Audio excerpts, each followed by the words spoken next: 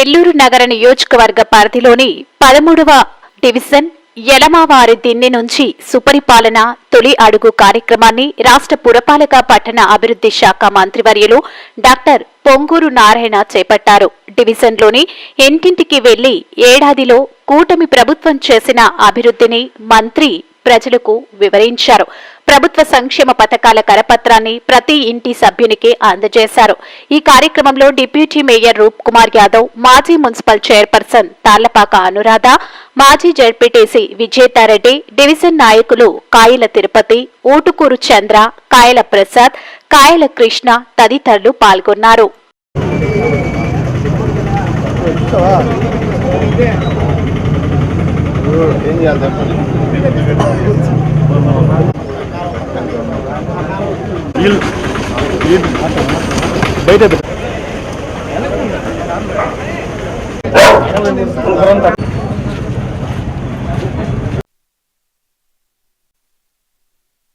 కూర్చోలే మీకైనా మంచి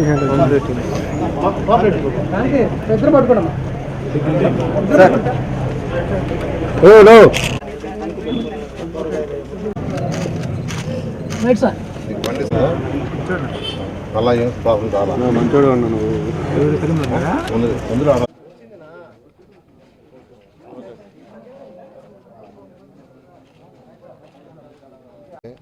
ఆ సమస్యలు కూడా కనుక్కొని ప్రభుత్వానికి చెప్పి అవి సాల్వ్ చేసేట్టుగా చేయాలని తెలుగుదేశం పార్టీ అధినేత గౌరవనీయ ముఖ్యమంత్రి నారా చంద్రబాబు నాయుడు గారి ఆదేశంతో ఈరోజు 175 కాన్స్టిట్యున్సీలో తెలుగుదేశం కార్యకర్తలు ఇంటింటికి తిరుగుతున్నారు.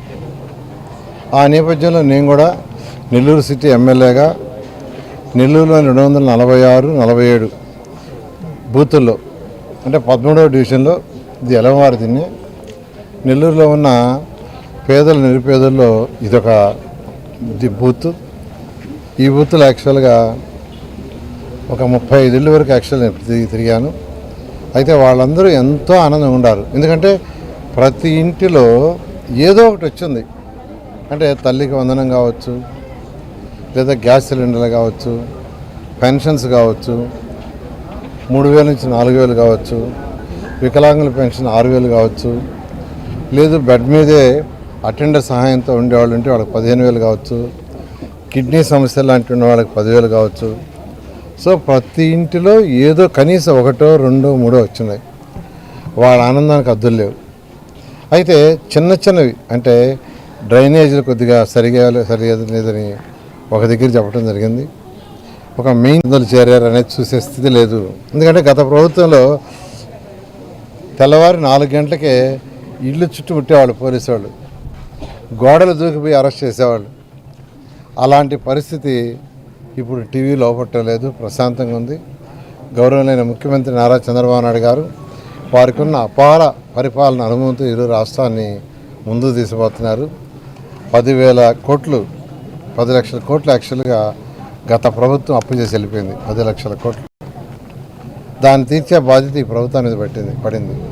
ప్రభుత్వం అంటే ఎవరు? మళ్ళా మీరే,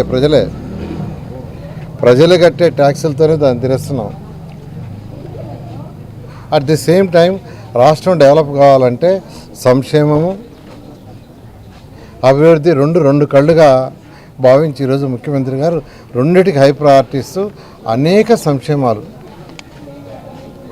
తల్లికి వందనం కావచ్చు, మహిళలకు ఉచిత గ్యాస్ సిలిండర్లు కావచ్చు, అన్నా క్యాంటీన్లు కావచ్చు, పెన్షన్స్ కావచ్చు, బాటంలో ఉన్న 20%కి చేయూత ఇవ్వాలని P4 ప్రోగ్రాం తీసుకొచ్చారు.